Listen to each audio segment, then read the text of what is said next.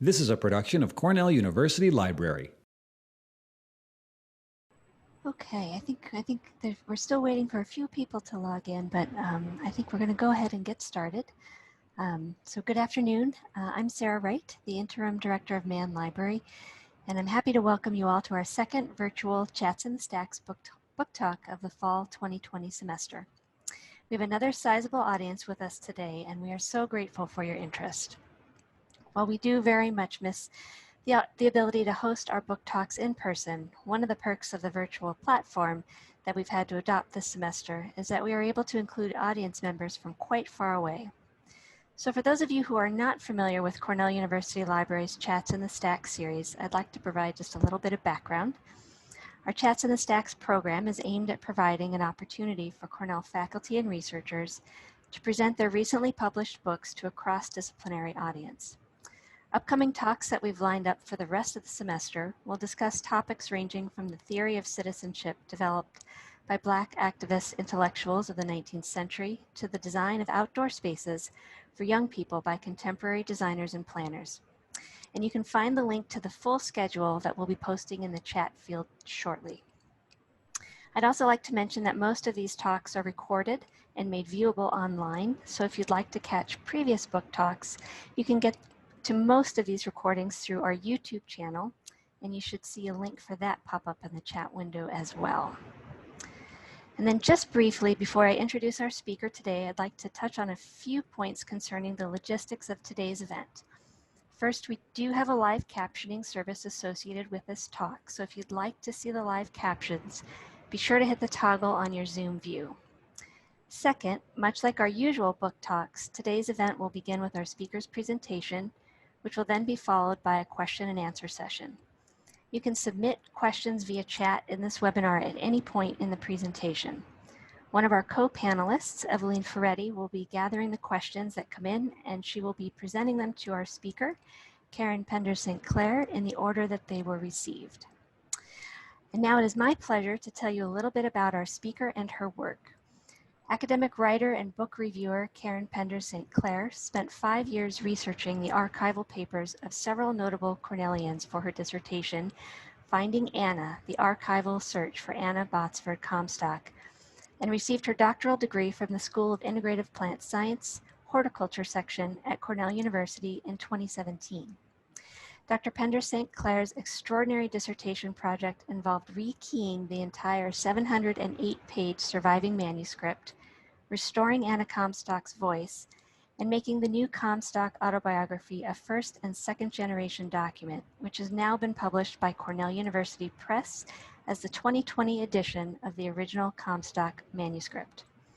Dr. Penders St. Clair continues to help spotlight the important legacy of educators shaping the teaching of the life sciences through her contributions to venues such as the Biodiversity Heritage Library's Earth Optimism 2020 campaign and the Plant Sciences Bulletin of the Botanical Society of America. Please join me in welcoming Karen as she gives us a close-up view into the fascinating story of one of the most influential nature educators of the early 20th century. Thank you very much, Sarah. Well, here we are. Welcome, everyone. And I want to thank you, truly. This is a grand occasion for me today to bring this to you. What I mean by this is I don't mean my book. I mean Anna's book. This is her book. And I learned so much about Anna and myself, how information is documented, how information is destroyed. And as George Washington said yesterday in Hamilton, when I was watching, we have no control over who lives or dies, or who tells your story. And that really resonated with me. And George was right when he said that history has its eyes. And for me, I was wanting to put the goggles back on this book and bring it back to you and to everyone who is interested in nature study and sustainability, entomology. This is your book. This is a library book, an archivist's book. There's a lot of people that are behind the scenes of this book, and it is a tremendous joy for me to bring this to you. I'm gonna talk about the Comstock manuscript, and that it is the first document of what's called original order.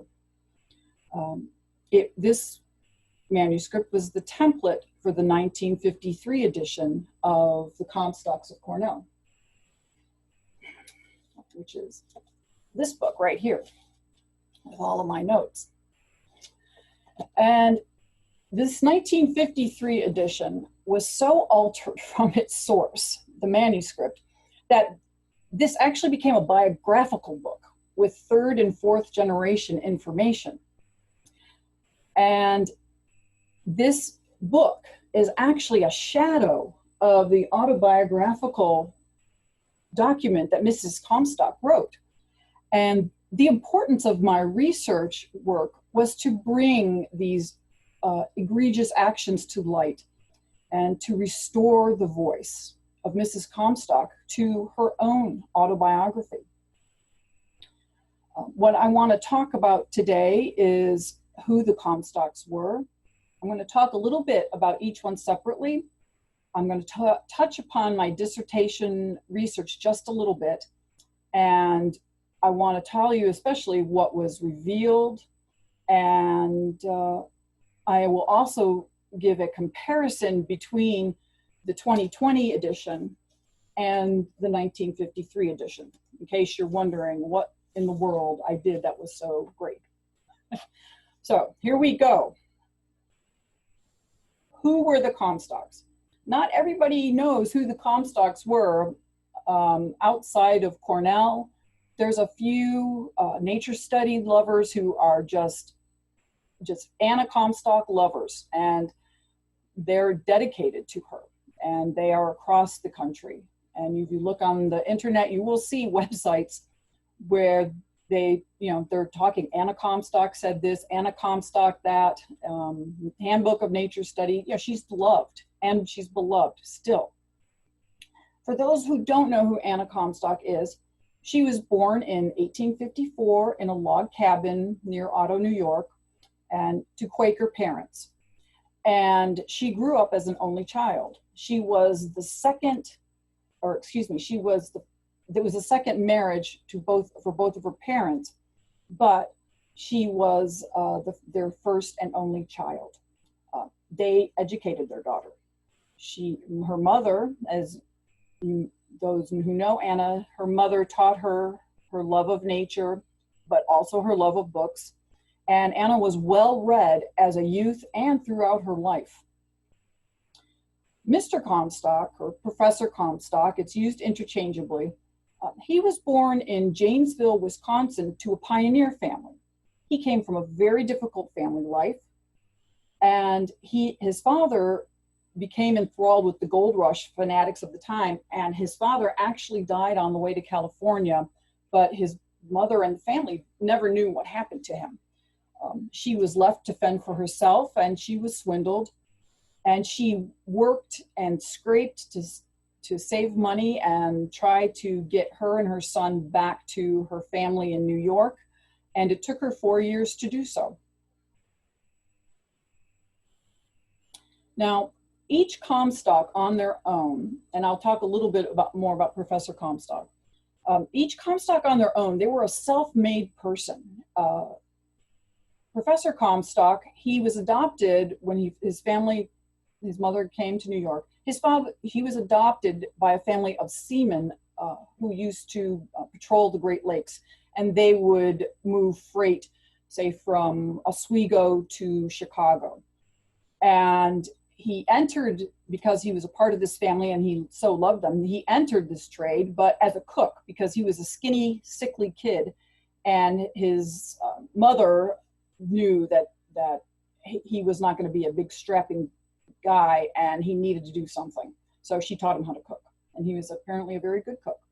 He came to Cornell in 1870 and he worked his way through the work-study program with the college. He worked for, at that time, 15 cents an hour unloading the stone that was built in McGraw Hall.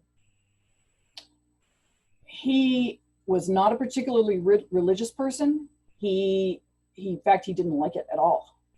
And it was the exact opposite of Anna. Anna, being raised a devout Quaker, she was very much of the belief of finding God in nature and of all things living. And she was a very spiritual person. And she was educated through her childhood.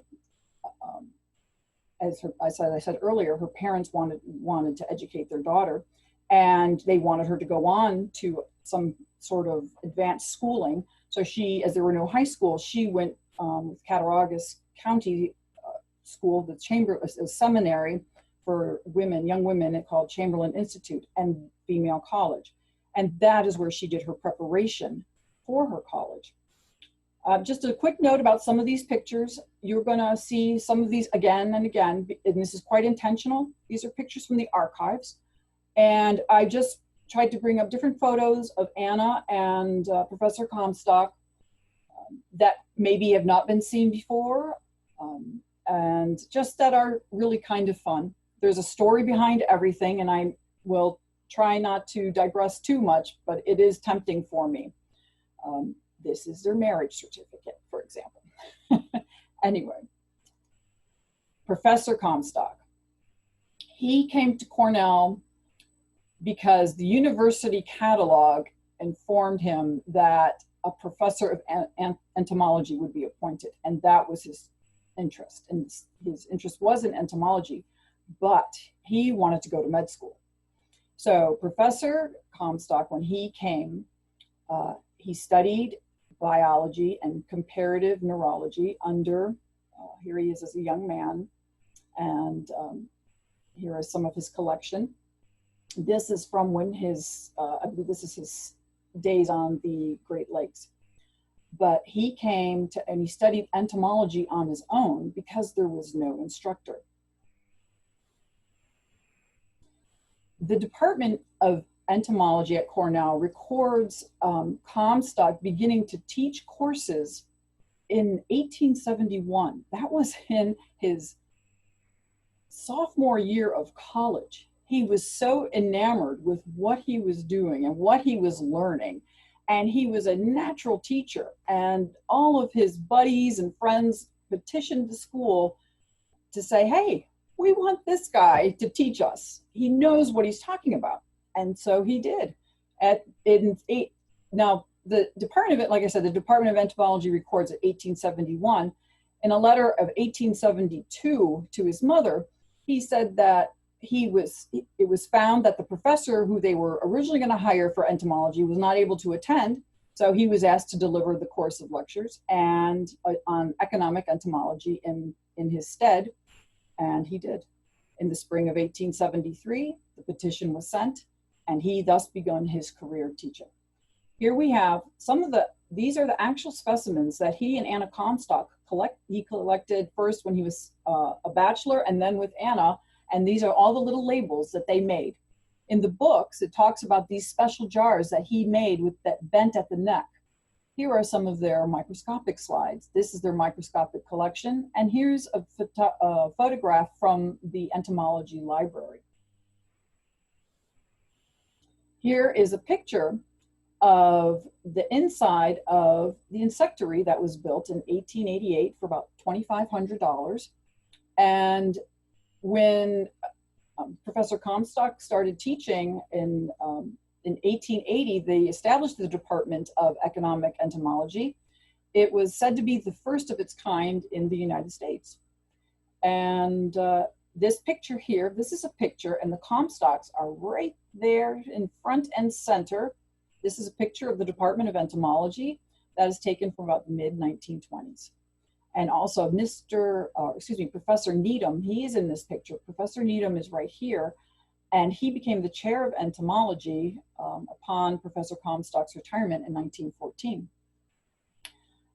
Glenn Herrick is also in this picture, and I'm trying to see if I can pick him out. He's right in here, I believe. And he was the editor of the 1953 book. Now, today at Cornell Entomology, that Professor Comstock started, they have 7 million insect specimens representing about 200,000 species, or roughly 20% of the world's described insect fauna in their department. And it is staggering and it is amazing. And this is what he started. This is why John Comstock is so amazing and so unique to this half of the Comstocks of Cornell. Again, here's a picture from the archives. Hello, all my archive buddies at RMC. Yay. This is a picture from the professor's office, and here's a picture of the elementary lab, or excuse me, elementary entomology lab. And now that beautiful Miss Botsford. That's what Professor Comstock said of Anna when they first started sitting together, taking their meals together at Sage Hall. Now, Sage Hall, which is here in the center, is in the center photograph. The cornerstone for Sage College was laid on May 15th, 1873.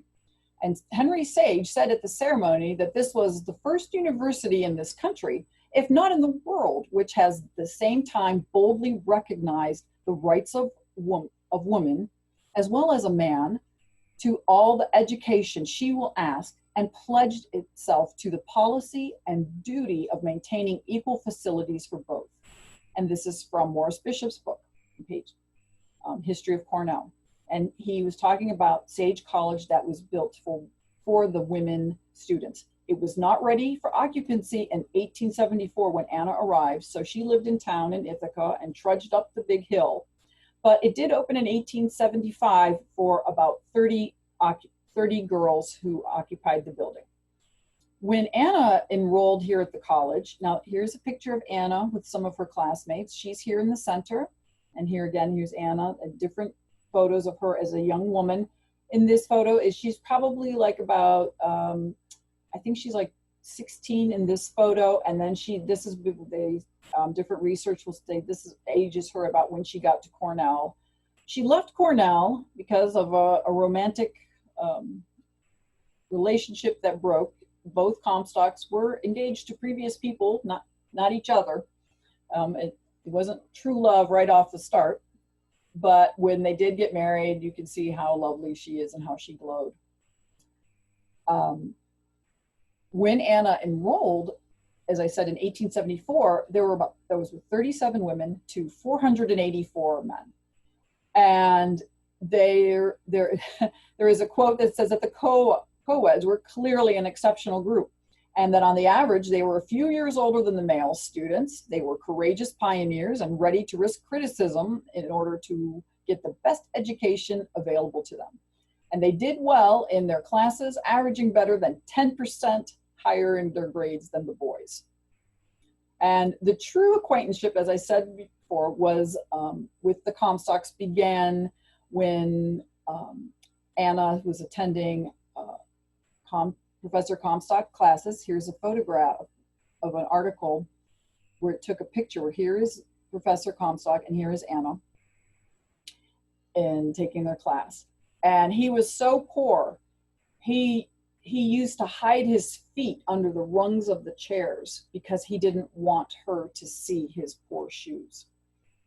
And he was quite captivated by her, but they were friends. So you may have heard that Anna was into wood carvings, and her mediums before wood carving was actually pen and ink, pastels, and watercolor. And here I've tried to give an example of each. Here, this is their clock, that famous sundial clock that was in their yard on Roberts. This is a famous image of, on all of the Comstocks of Cornell's books that they published. You can see this here, there is a golden spider web, and this is on all of their books that they put. and as a sort of a monogram. And here is the original as it is in the archives, the diagram that Anna drew. And here's paintings and some etchings. Now, she designed the artwork for her husband's, the manual for the study of insects with the wood blocks, because it was cheaper to use wood than to use the copper plating. And here is a picture of her tools as they are still in the archives. And this, in this photograph, this is my hand holding one of her tools. They're actually much smaller than one would think. At least that's what I thought. I was really surprised at how small they were, and they're still sharp. I didn't cut myself, but there's a point to them. And here she would make the drawings, and then she would transfer them and make the wood cuts. And these, again, are just some different examples of some of her artwork. And she used this artwork for her husband's book, which we're going to talk about a little bit. She got the attention of Liberty Hyde Bailey, who was working as part of with the Nature Study Education Department at Cornell at the turn of the 20th century. Here's a picture of the department in 1899. And there's some different, I have some different photographs. This right here is the school. This was what Liberty Hyde Bailey considered his ideal schoolhouse, rural school building. And it was also the home of the Cornell Rural School Leaflet. There's a picture of Anna and Liberty Hyde Bailey having a picnic. And here's the Cornell study leaflets. And what was important to this department was in bringing nature study education back to children. And the way they wanted to do that was not only to have the children, to encourage them to observe nature with their own hands and their own senses, but they also wanted to help educate the parents and the teachers to, like, hey, this is how you can take these kids outside, and we're going to help you to figure out how to do this. What we're going to do is we're going to write some programs, and that's what they did. This group of people right here were very instrumental in the body of nature study writing that happened at Cornell University at that time. Here is a picture of Anna's book, Handbook of Nature Study, and this here is a copy of a book called Boys and Girls. As I said, Anna was recruited by Liberty Hyde Bailey and to join this department, and the work that this group did is staggering. But the bulk of it actually felt a lot to these 4 women and John Spencer. And both Comstocks contributed to these works of the Boys and Girls magazine, and a little bit to, Anna took some of her ideas for her nature study from the lessons that they created, but a lot of their lessons were in the Cornell Nature Study leaflets. This slide right here represents is part of the body of work created by the people on the previous slide. What is omitted from the 1953 edition is any mention of the Boys and Girls magazine, and I discovered it quite accidentally in my research. Ada Georgia, who was featured in the previous slide here. Here's Ada Georgia. And Alice McCluskey. I'm going to be talking about them later in a little bit, so just to keep them in mind. Ada Georgia was completely removed from the 1953 book and only mentioned as a quote-unquote assistant. And in my restored edition, the quote that Anna said of Ada was that her devotion to the work and loyalty to me, to Anna, had made her an important factor in my life and a valued friend. Anna's early organized attempts of compiling nature lessons are seen in her syllabus of nature study lessons. And these pages from the syllabus here talks about astronomy, meaning the moon and the sun and the stars. And the second page of the syllabus talks about the nature study of trees in an outline form, this one right here, for grades K through 3. Julia Roberts, she went on after her tenure with Cornell and the Comstocks to write a beautiful book on shells called The Shell Book. Ada Georgia wrote a very large book on the Manual of Weeds. And again, here's the boys and girls. Now, the Comstocks were working individually on their separate, the professor with his entomology and Anna with her nature study. And they were wanting to have their works published. So they came together, and in 1892, they established their own publishing company. And I have this here. This is from a the letterhead from an original piece of paper that's in the archives. And the Comstocks publishing motto, it is, I don't think it's on this side of the building. Here's a picture of the chalet. And the motto mirrored the early nature study movement philosophy of the time of encouraging children to study nature directly. They also wanted to provide good quality books at a reasonable cost to the consumer. The first book that the Comstocks published was actually called the Wilder Quarter Century Book, and it was a volume of essays in honor of Professor Comstock's mentor, Professor Wilder. And it was a body of essays of original work by Professor Wilder's students. The second book that they published in 1894 was Simon Gage's 5th edition of his book, The Microscope. Simon Gage and his wife, Susanna, and the Comstocks were very dear friends. And together, Gage and the Comstocks went into this venture. There is a book by Karen Lawn of Cornell University Press, and she has written a wonderful comprehensive book about the establishment and the story of Cornell University Press, including Comstock Publishing. And I just wanted to mention it because this is a whole, each facet of that I talk about today, I could completely digress into another program. And this is no exception.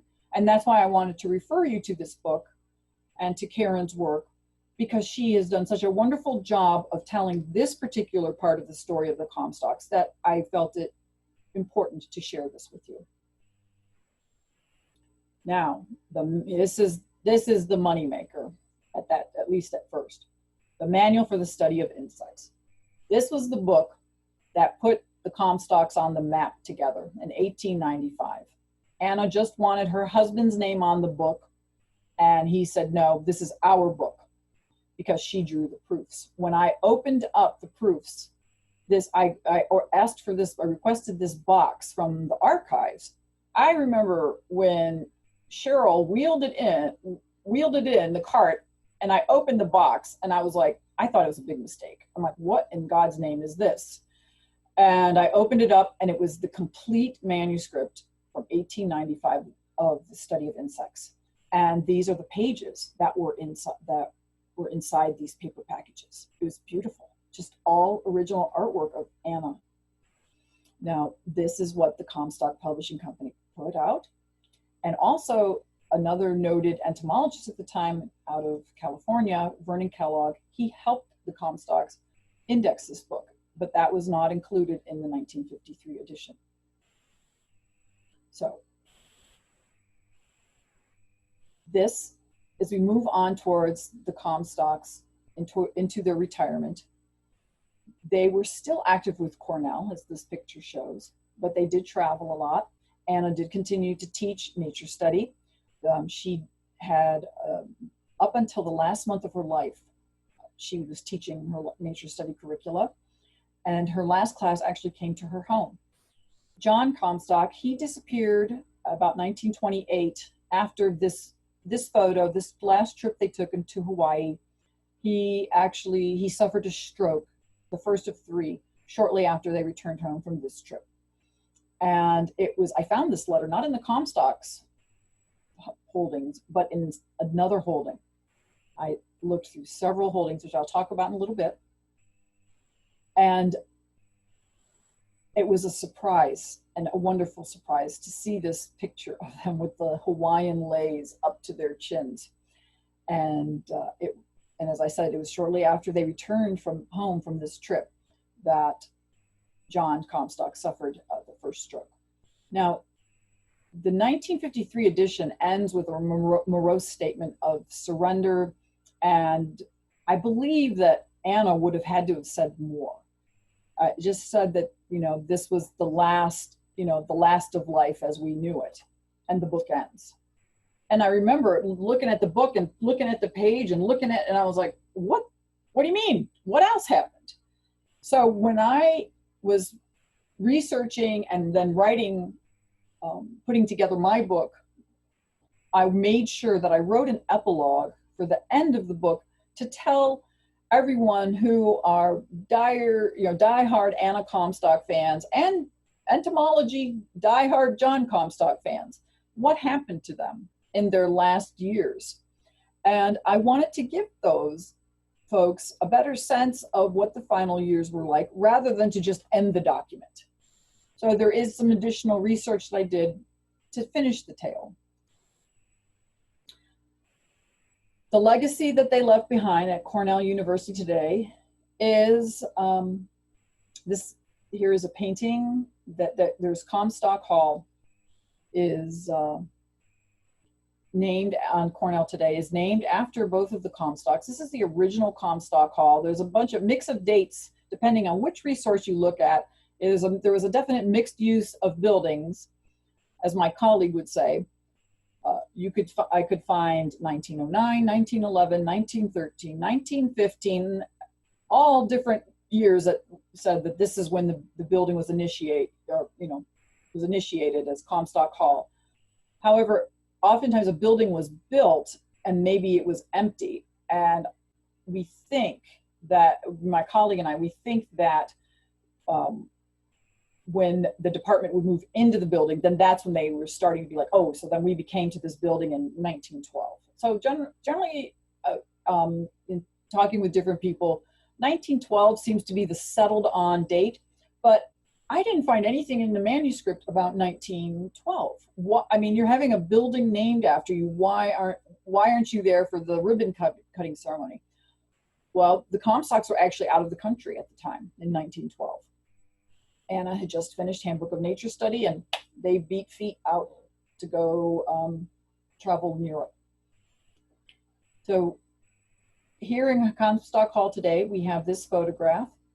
And in my book, which was taken out of the 1953 edition, Professor Comstock is holding a cigar, which he questioned the propriety of that. And he also wanted his wife to have worn her glasses, and not to hold them, but she's holding them.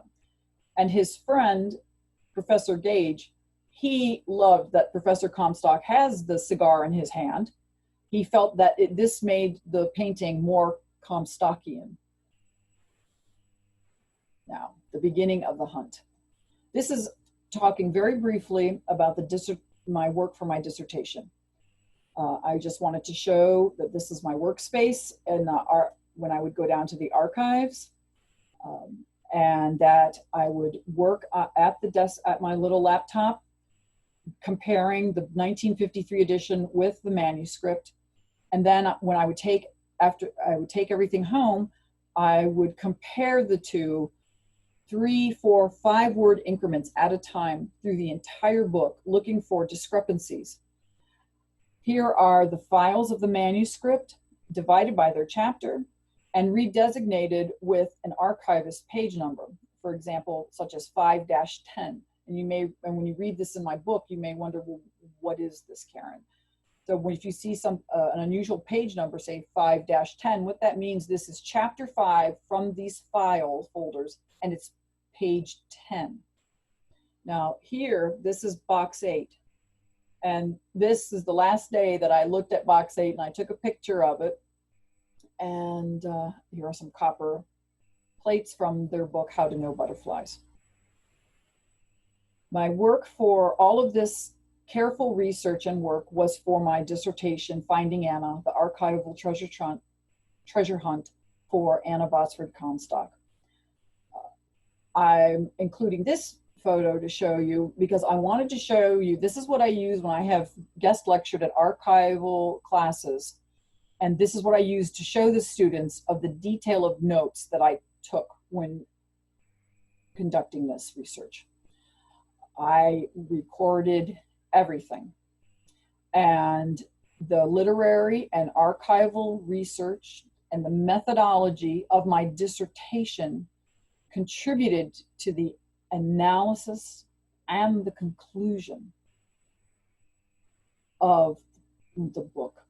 And it, in turn, this is what fueled my impetus for this 2020 edition.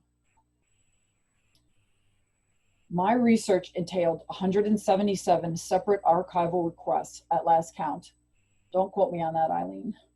38 collections in the RMC and Annex. There were 12 holdings alone that I searched completely in toto for a combined volume of 26.7 cubic feet of information.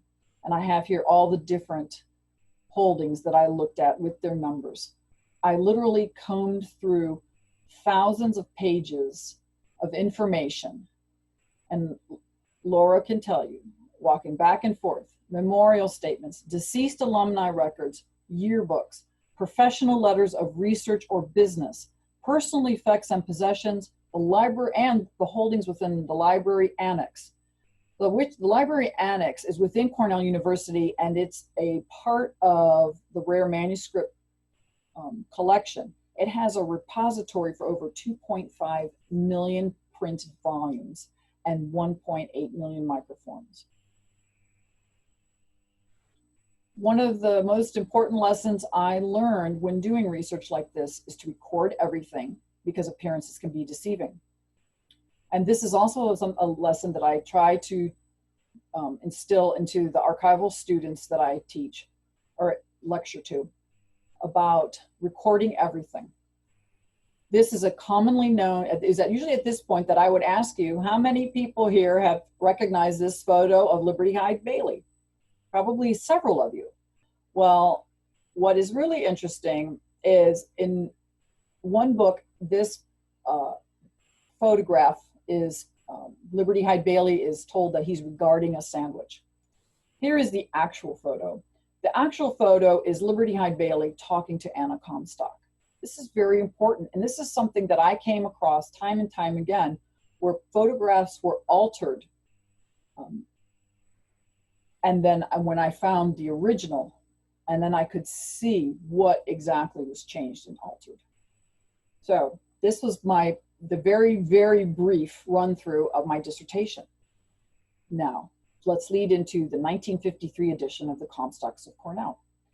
Anna began writing this at about 1914, and she finished it a few months before her death in 1930. It was first printed in 1953, and there were, I have here on the slide, 3 editors. That is not correct. There were 2 editors. And then there was more, and one of a, hey, could you please take a look at this for me sort of guy. These are the people who handled that 1953 manuscript.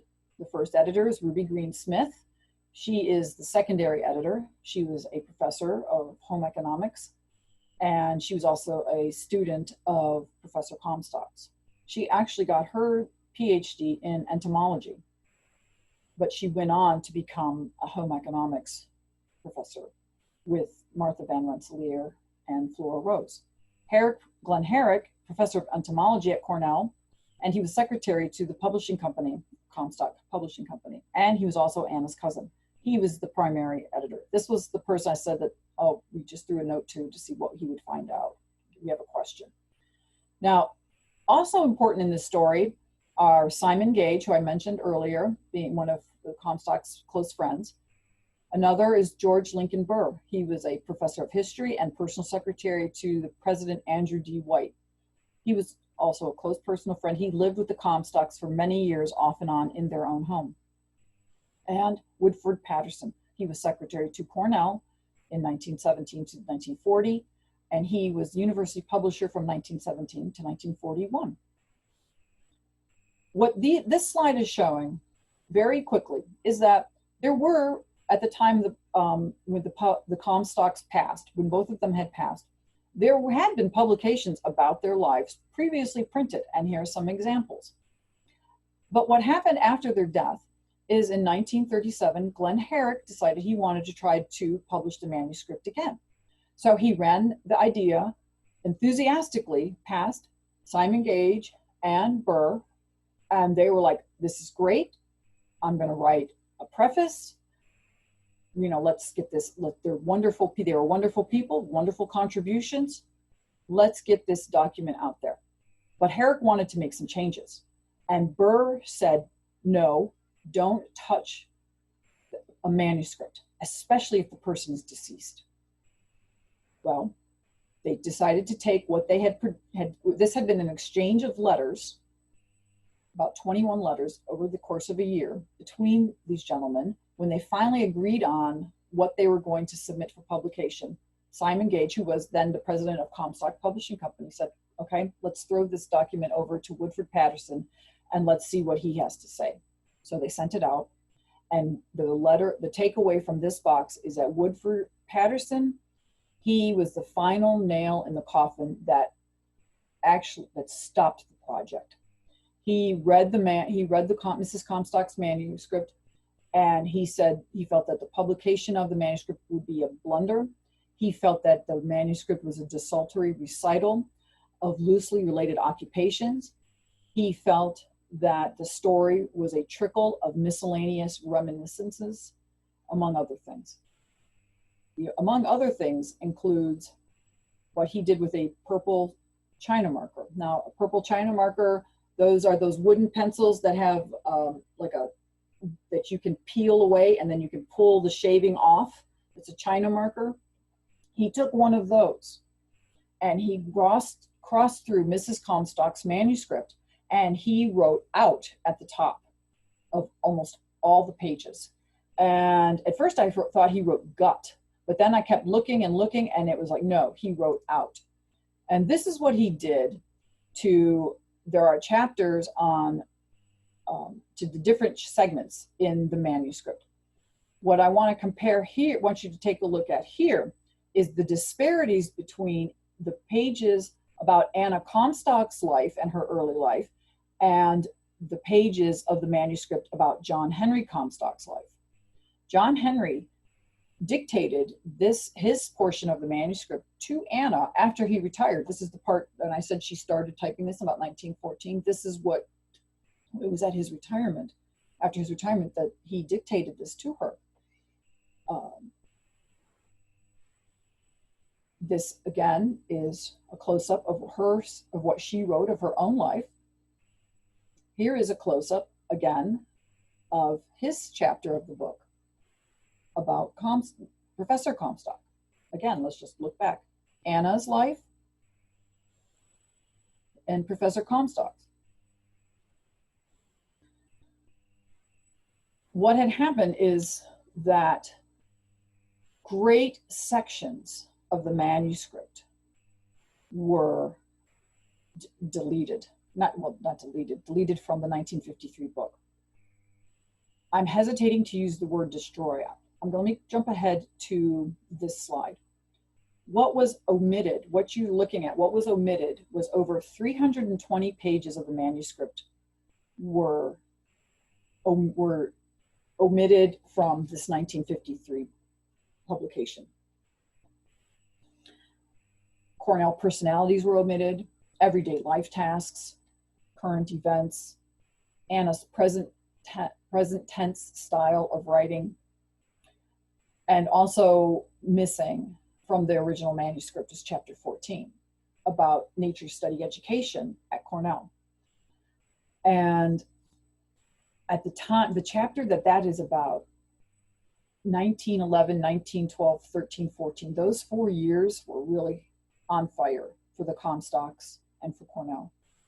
Anna Comstock had just finished her Handbook of Nature Study. John Walton Spencer, one of the gentlemen who worked with her in the earlier slides, he died. Liberty Hyde Bailey suddenly retired. John Comstock retired. There was a lot going on. And she was not afraid to speak her mind. And I found evidence in Herrick's diaries that he burned papers. I looked at Herrick's diaries from 1919 when he began them until 1963 when he stopped. And there are only 2 instances where he wrote burned papers or burning papers.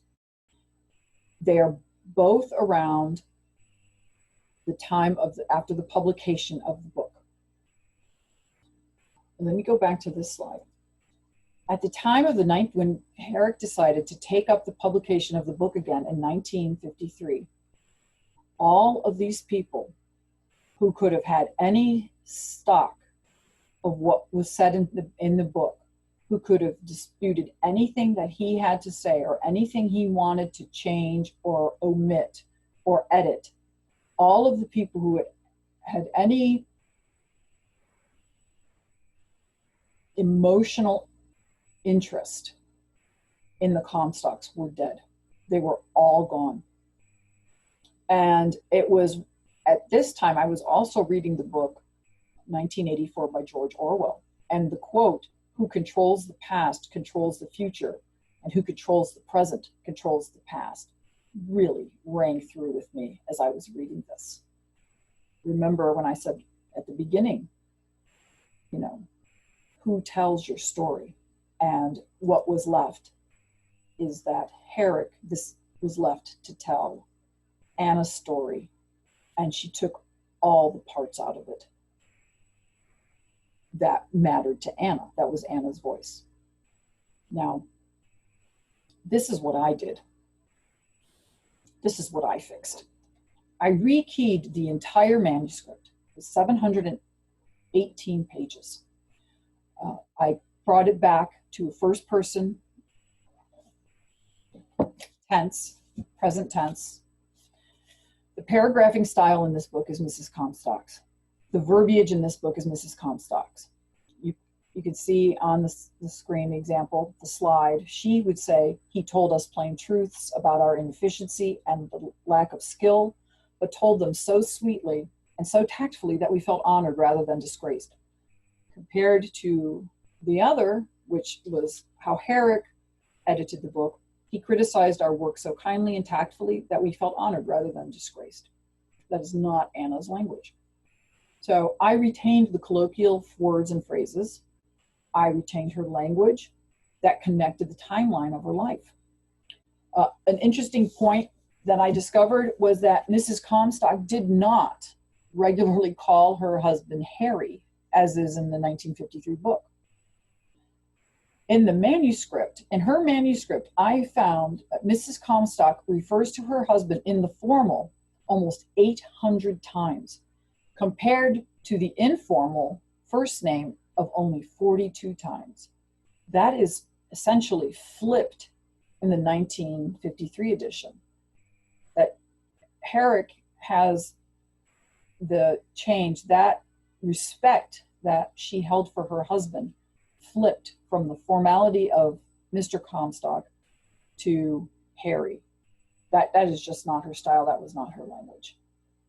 I tried to touch as little of the manuscript as possible, but I did fix repeated misspellings, like the word magnificent.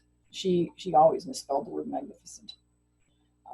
When you're reading the book, you'll see what I did is that something that was not included in the 1953 edition, I put in brackets so that you could read along, and like when you came to the brackets, you could either skip that part and read what's beyond the brackets, so that you know this is what was in the 1953 edition, or you could read it the whole thing together, and you can see the difference with her language, without her language.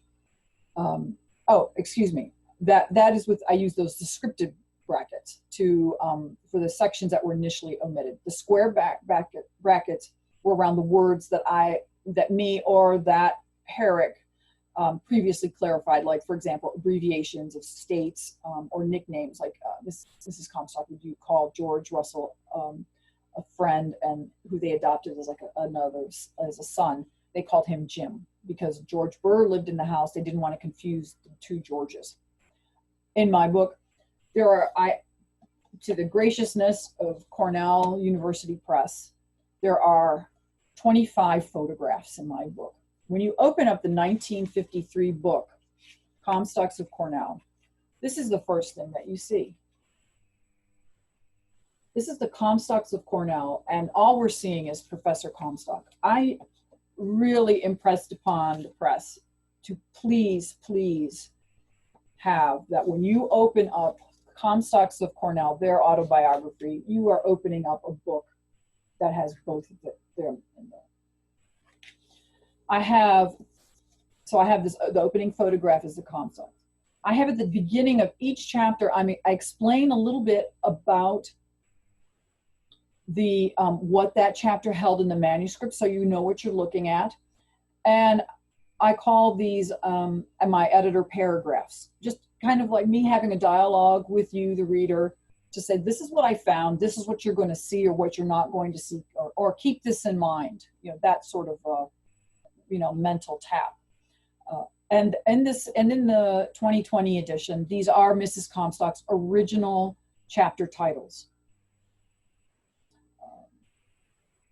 The 2020 edition, again, I restored the last 238 pages. My book is 532 pages, including the index, compared to the 286. I have 5 different appendices, and a bibliography and an extensive index, so that a researcher in the Comstocks, either Comstock, they can use my resources to aid their own research. They can see what I've done and where I have gone. I also found very quickly, other different sorts of tidbits. I found there was an embezzlement case of the Comstocks, that there was a contentious rivalry between Anna Comstock and Alice McCluskey, that Professor Comstock was nervous and depressive, and that the work of many people is slipping to obscurity.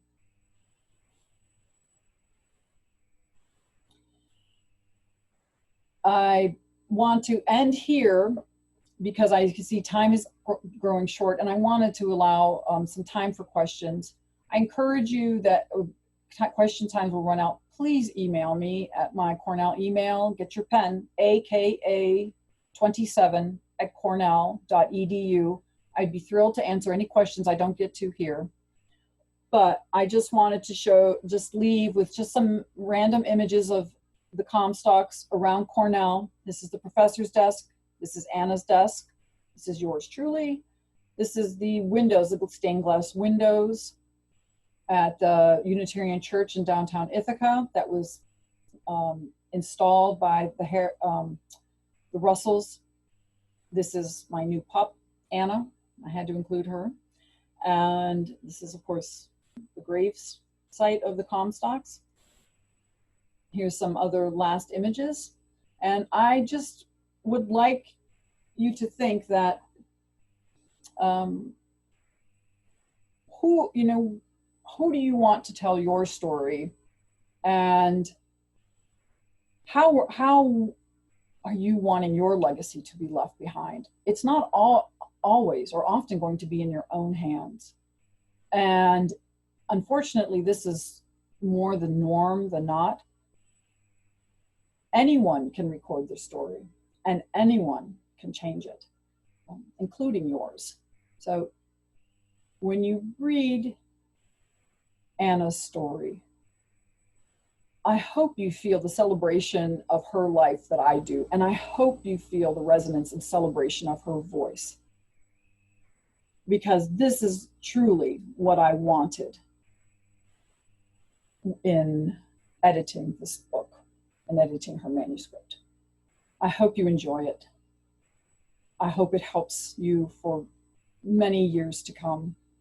And it was my pleasure and privilege to work with all of the archivists and librarians at the RMC, and with my friend and colleague Ed Cobb, and my family, and Bob Durig, and many, many more. I thank you all, and I hope you enjoy reading Mrs. Comstock's story of her life. Thank you so much for tuning in. Thank you so much, Karen, for a wonderful, wonderful presentation and that insider view into a wonderful, wonderful legacy at Cornell and in the life sciences in general. There was one question from Mark. So there's one of the questions that we've just gotten is from Mark, who asks, what was the house in the previous slide? You had a couple of houses there, but I believe it was the slide towards the end of your talk there. What was the house? Whose house? The yellow house? The house is actually, that's the Hermitage. That is the house that they use up by Teganic Park, up on Cayuga Lake. That is the house that is owned by the Rice family. It's been in their family for generations. Glenn Herrick inherited the house from the Comstocks, and then he sold it to Professor Rice, and it's been in the Rice family for over 90 years. And that is where the Comstocks used to go to escape from Ithaca, and where they used to go to write. Mrs. Comstock wrote most of the Handbook of Nature Study at that house. All right, thank you. I should have actually mentioned earlier, if you do have questions, I typed it earlier, but if you do have questions, go ahead and type them into the chat and I will read them. This is Evelyn Ferretti. I will read them as they come in. So the next question is from Christopher. This is a very interesting story. The biographical forensics is an amazing story. At the beginning, you mentioned that there are many Anna Comstock fan clubs around the country. Not only that, but there is a wonderful children's book about her written by an accomplished writer, the Anna Comstock story. So she still is a large influence across the generations. Yes, yes, she is. She's still very relevant today. And that is another reason why I chose to take up researching about her. And the more I dug in, the more I learned. What was interesting in looking at all those those books that are written about her, about them, I felt like I was reading the exact same thing over and over and over. There was nothing new. There was nothing fresh. And I thought, wait a minute, this isn't right. This is not one of these pieces of information is different. And that really got me thinking, what is going on here? And that is when I decided to go and take a look at the manuscript proper. And my eyes were blown wide open when I saw those purple X's across the manuscript. And this, you will see, Anna is a little spicier in this book. There's some different the word I'm thinking of was politically correct. That's what we use now. But you know, she was a little bit elitist. She was a little bit racist. It's surprising, but it was her time. She was also, remember, she was a professor's wife. She had clout, and it was her clout that she used, yes, to help other people and other women especially. But there's a lot more to her than what's out there. It's nothing scandalous. It's just interesting. It's her true voice. Okay, and this next question is from Lynn. What was the Comstock's relationship to Comstock Knoll at the Cornell Botanic Gardens? Oh, they bought that land originally to build a house. And the Handbook of Nature Study, the tale is told that, you know, her husband didn't want her to print it. Liberty Eyed Bailey didn't want her to print it. They're like, why? There's all this other nature study information. Why print this? And it was John Spencer had the idea in like 1910, and 1909, 1910. They both, you know, first had an idea of like he wanted to have a handbook of nature study, and I think she also liked that idea, and so what happened is she decided that I'm going to do this. And her husband is basically like, that's great. Where are we going to get the money? So they sold the knoll to Cornell. She wanted she had bought the land secretly from her husband and she used George Burr. His name, when you look at the original land documents, it's where Cornell Botanic Gardens are, it's where the herb garden is. If you look at the original real estate documents, it says Burr. So she bought the land through Burr's name, and then they sold that land to help fund the publishing of the Handbook of Nature Study. And what was great about it is that money, that book, the royalties from that book funded the Comstocks for the rest of their lives. They lived off the royalties, especially then when he became ill and infirmed. It allowed them a living. Next question is from Deborah. What is the connection between Anna and the girls of the area? The Girl Scout camp, for example, outside of Ithaca is named for her. That land was originally Liberty Hyde Bailey's property, and he had that land donated for, let me see if I'm gonna get this right. He had that land donated for the purpose of the camps. And Anna wrote him a letter saying, thank you from the bottom of my heart for doing this. And I just think that they named it after her because of she was like an Ithaca celebrity. They knew her and her work, and they named that land that was then donated to be for children's nature education in Ithaca. They named it after her. And I visited there, and apparently I didn't know this until I went there, but apparently the story goes, she lit the first fire in the fireplace in the lodge there. That's fun. Mm-hmm. Next question from John. What do you think is the most important thing you learned about who Anna Botsford Comstock was that had been obscured or lost to history due to Herrick's omissions from the book's first print edition?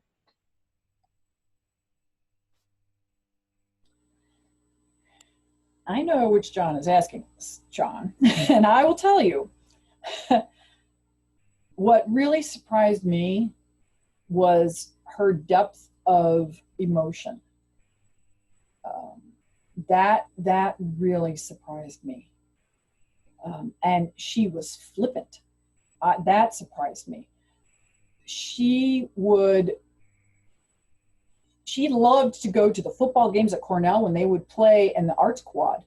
And her husband refused to go with her, and Jim Russell when he was living with them, and she'd yell and scream.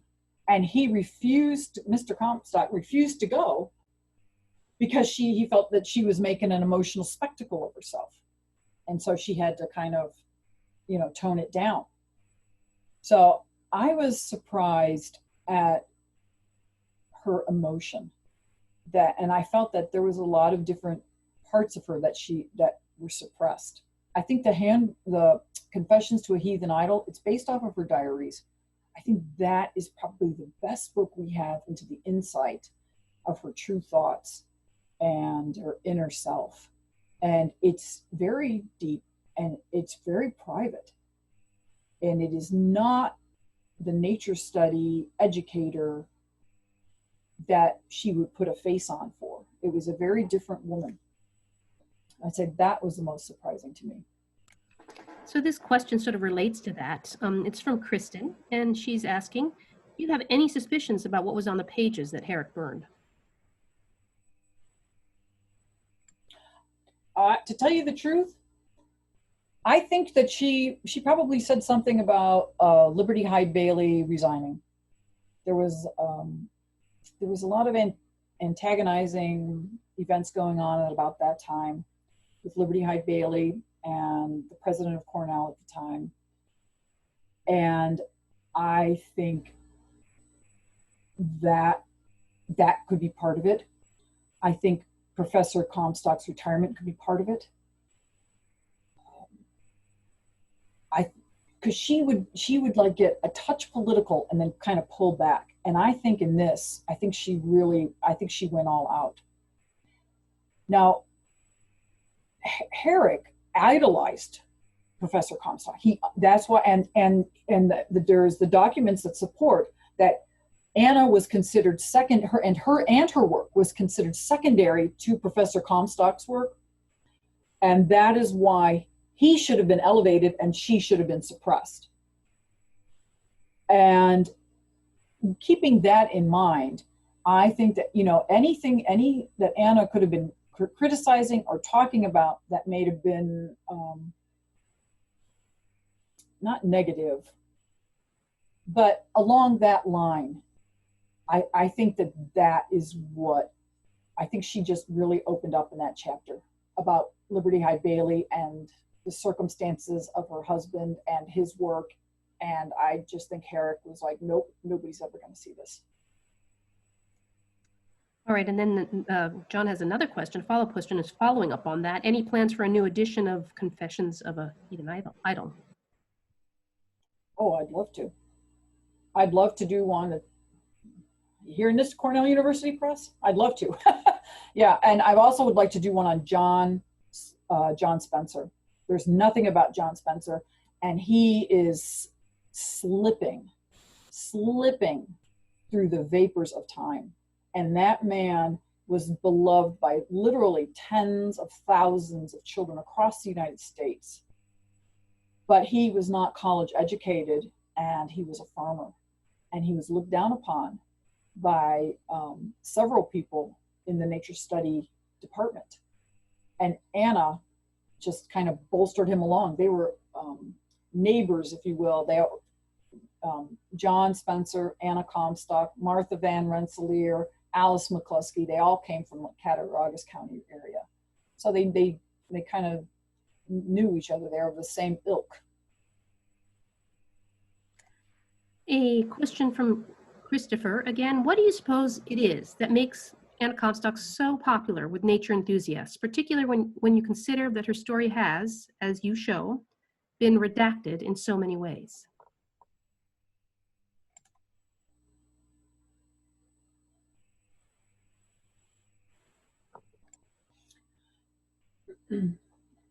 I read once that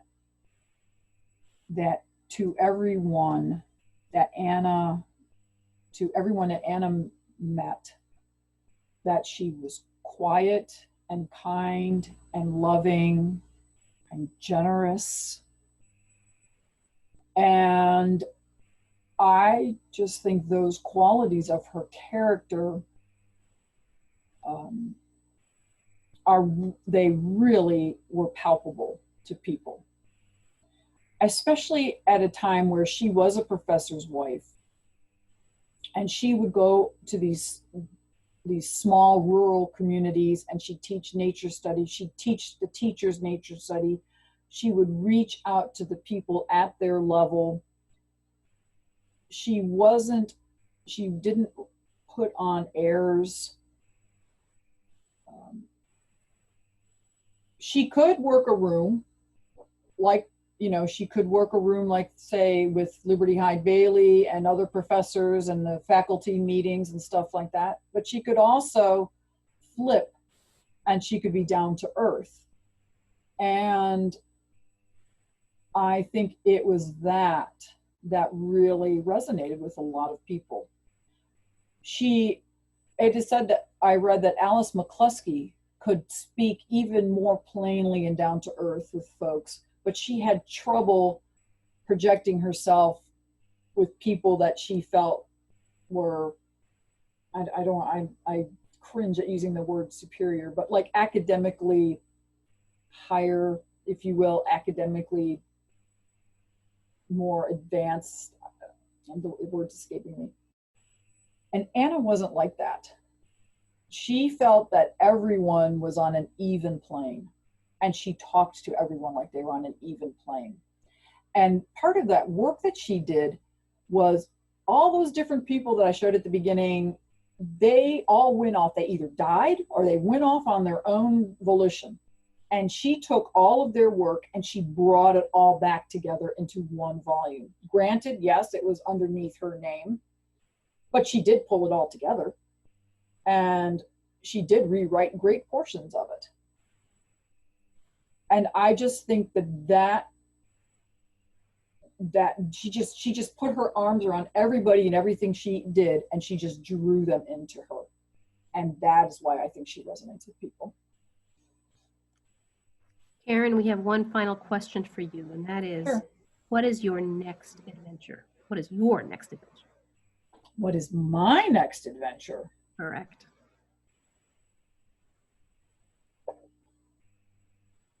Well, I'd really love to get back into the archives. I miss everybody.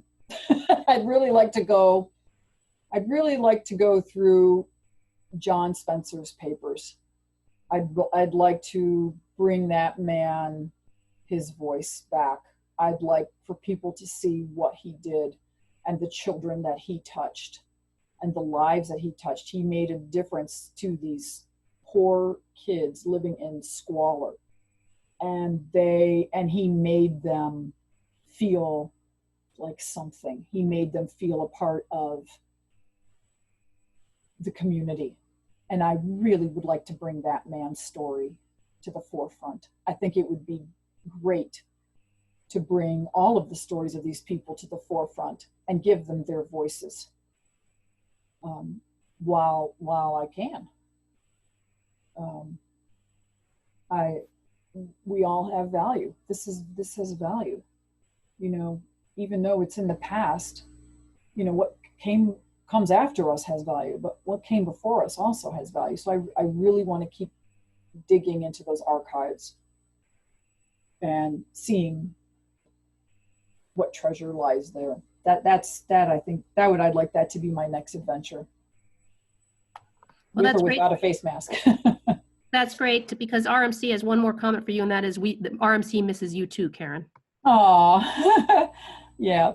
And I just wanted to say real quickly, Glenn Herrick dedicated this book, Mrs. Comstock's manuscript. He dedicated it to the entomologists and to students, but entomologists first. And I dedicated my book to my friends and colleagues at the Rare Manuscript Collection and the library system at Cornell, because I feel that it's the work that a librarian and an archivist does is exceptional. This is how we record our history, and this history that's been recorded, that's still there for us to look at. You know, it's not there to be forgotten or just kept in a box. It's meant for us to go through and look at. And I wanted those folks to know that I say it with just absolute love and appreciation, that for all who work in this sort of a field, this is important because it's contextual. We look to the past to help us define the present, and we help define our present to understand our future. It's great stuff, important work.